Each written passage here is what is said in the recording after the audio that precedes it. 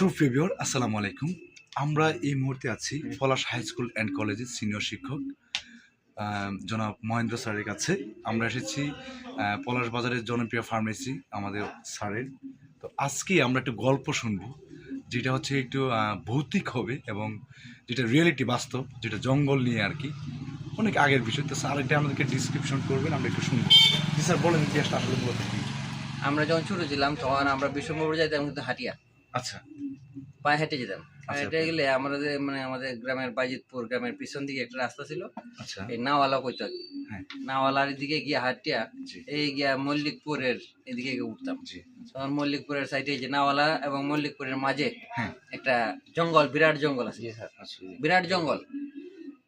এখানে খালি সব সময় পাখি চিউ চিউ করতো, মানে অনেক পাখি থাকতো, অনেক হ্যাঁ। পাখি, জঙ্গলটা অনেক বিশাল। এখানে শিয়াল আছিল, সবসময় শিয়াল থাকতো। আর এই যে আমাদের ওই যে রতারগাঁও স্কুলের যে হ্যাঁ, সাত্তার মাস্টার আছে না, হ্যাঁ, হ্যাঁ। সাত্তার মাস্টারের মার বাবা থাকতো কিন্তু এই জঙ্গলের মাঝে একটা ঘর বাড়ি। মানে এই গহীন জঙ্গলের মধ্যে তারা গহীন বসবাস জঙ্গলের করতো? মাঝে আর কোনো একটা ফ্যামিলি ছিল না? না, গহীন জঙ্গলের মাঝে ঘর বাড়িতে থাকতো।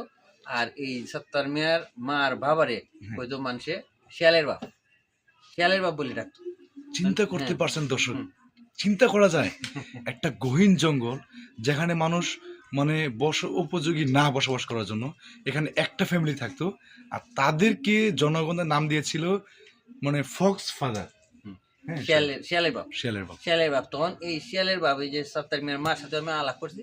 আচ্ছা সত্তার মিয়ার মা কইলো যে এই শিয়ালের তারা খানি দিত। আচ্ছা আচ্ছা আচ্ছা তো খানি দিলে পরে শিয়াল আবার জঙ্গলে যেত না। আচ্ছা মানে এখানে কোনো মানুষ নাই তো, আর পাশাপাশি কোনো ভারী ছিল না। জি তো শিয়ালে বসে থাকতো এই বারিন্দার মাঝে। জি আচ্ছা এইভাবে তারা ছোট থেকে বড় হয়েছে, আচ্ছা বুঝছো। জি এরপরে এখন তো তারা ওইখানে তার বাপ মারা যাওয়ার পরে এখান থেকে আর তারা আইসা পড়ছে, গেছে রাজঘাট। আচ্ছা রাজঘাট গিয়ে এখানে ঘর বাড়ি করছে।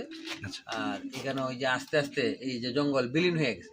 আচ্ছা। বিলীন হয়ে গেছে বলতে এখন আর এই যে মানুষের গাছ গাছালি কাটতে কুটিয়া এই এখন মোটামুটি একটু ময়দান হয়ে গেছে। আচ্ছা। তারপরে কিছু জঙ্গল আছে, জঙ্গল থাকলেও মানুষ ওই যে ক্ষেত কৃষ্টি করিয়া জমি জমা বানাই লাইছে। আর এদিকে মানুষের চলাচল নাই, এখন তো বড় রাস্তা হয়েছে, রাস্তা দিয়ে মানুষ সবসময় চলাফেরা করে, এদিকে কেউ যায় না। আমরা তো ভুলেও যাই না এখন। আগে তো এই রাস্তায় আসছিলাম আমাদের হাঁটে যাওয়ার রাস্তা এটা, ও আচ্ছা আচ্ছা এছাড়া কোনো রাস্তা ছিল না। যখন যাইতাম আমরা মনে করো বিশ্বম্ভর বাজারে যেতাম, বিশ্বম্ভর বাজারে গেলে খুব ভয় করতো, কারণ কোন দিকে জানি শিয়াল না ভাগাই করে আমার জানি ছোট বলা যেত তো, মানে ভয় করতো, খুব ভয় করতো। বিশ্বময় বাজারটা এখন স্যার যেরকম আছে আগে এরকম ছিল না? না, বিষম বাজারে একবারে আমরা এই যে নাওয়ালার দিকে গিয়া সোজা গিয়া মুক্তিকলার দিকে গিয়া ওই যে কাদির মায়ের একটা মিল আছে, একটা মসজিদ হচ্ছে না কেন, মসজিদে এদিকে গিয়া একবার সোজা গিয়ে উঠতাম। উঠতে গিয়া পরে এদিকে গিয়া ওই খাদির মায়ের বাড়ির সামনেতে গিয়া এদিকে আবার নামিয়া ওই হাঁটতে যাইতাম। এদিকে একবার গিয়া ওই যে ইয়াবাই যে ইয়ে হয়েছে না, ওই কিন্তু একটা জানি হয়েছে না, ওই যে একটা ইয়ে হয়েছে না বা একটা পার্ক হয়েছে না নি, ও এই যে মাল্টিপারপাস মাল্টিপারপাসের এদিকে গিয়ে এটা উঠতাম আমরা। পিছন দিক দিয়ে রাস্তা রয়েছে, রাস্তা ছিল না তো আগে, যে মানে হাসপাতাল খেতে আছে, হাওড়ের এলাকা। হাসপাতাল ছিল না, আচ্ছা আচ্ছা হাসপাতাল ছিল না, এদিকে কোনো রাস্তাও আছে। ও আমরা এই হাইটে উঠতাম। রাইট। মানে এবং তখনকার সময় কি জঙ্গল আছে বুঝো। এই সময়কার আমলে এই সত্তার মিয়ার দাদা এখানে থাকতো ঘর বান্ধা, আর কোনো পরিবার ছিল না জঙ্গলের ভিতরে। এই কারণে মানুষে কইতো তারা শিয়ালের বাপ, শিয়ালের বাপ কইলে চিনত। আচ্ছা স্যার, আমি আরেকটা জিনিস জিজ্ঞাসা করতে চাচ্ছি, মানে এই মানে কত বছর আগে, কত সালের কথা আপনি এটা বলতে? এটা মনে করো তোমার 80 ইংরেজি 80 আরো আগে।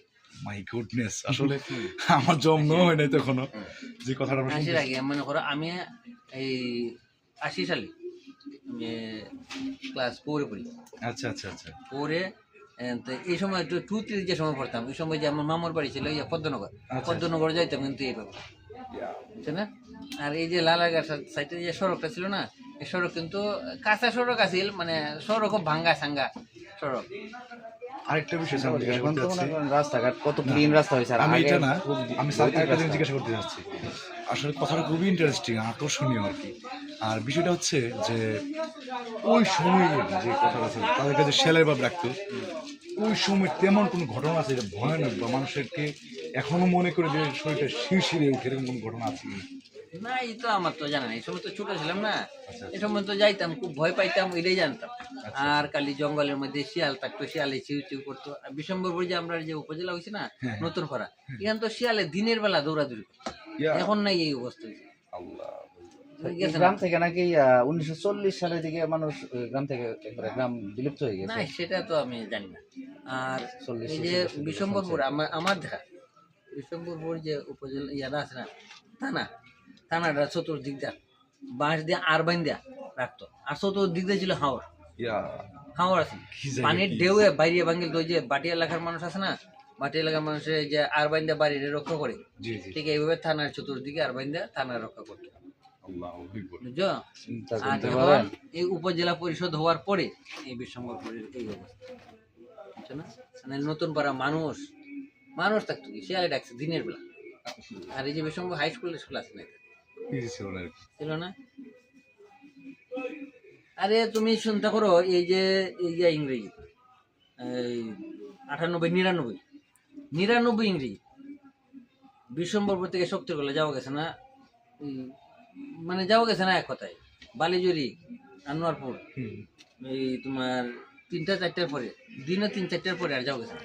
কারণ সুনামগঞ্জ থেকে নৌকা আসলে বিশম্বরপুর নৌকা লাগে বর্ষাকালের দিন, তারপরে যাওয়া লাগে তোমার এই আনোয়ারপুর বা শক্তিগড়ায় যায়। আর নাইলে ওই যে 100 মিটার না কয়শো মিটার কয় না, 100 মিটার 100 মিটার এখানে পানি আসিল, তো এদিকে হাওয়া মানে নৌকা না পাইলে যাওয়া যেত। ইয়া চিন্তা করো। আর এখন তো তোমার রাত নাই দিন নাই, যে কোনো সময় 24 ঘন্টায় চলা যায়। এখন তো রাস্তা সব ক্লিন রাস্তা হয়ে গেছে। আচ্ছা, আমরা এতক্ষণ আমাদের উপজেলা বিশম্বরপুরের যে পুরনো কিছু তথ্য ছিল, আমরা এই বিষয়ে স্যারের সাথে কিছু মতামত না, মানে কিছু পুরনো স্মৃতি আমরা মনে করলাম, যেগুলো আমাদের অজানা ছিল। আমরা তখন জন্মই হয়নি, আমরা বলতেই পারি না সব কিছু মিলে। এই কথাগুলো স্যারের সাথে শেয়ার করে স্যারের কাছে আমি জানতে পেরেছি। আর পরবর্তী সময়ে আরও আপডেট এবং অনেক ভয়ানক গল্প নিয়ে আমরা আপনাদের সাথে হাজির হব। সাথে আমাদের স্যারও থাকবেন ঠিক আছে। যখন স্যারের ফ্রি টাইম থাকবে, এবং স্যারের জীবনে ঘটে যাওয়া এর কোনো ভৌতিক ঘটনা আছে কিনা আমরা সেই সম্পর্কে জানবো ইনশাল্লাহ। আজকের জন্য আমরা এখানে সমাপ্ত দিচ্ছি। সকলে ভালো থাকবেন, সুস্থ থাকবেন। আল্লাহ হাফেজ। আসসালামু আলাইকুম।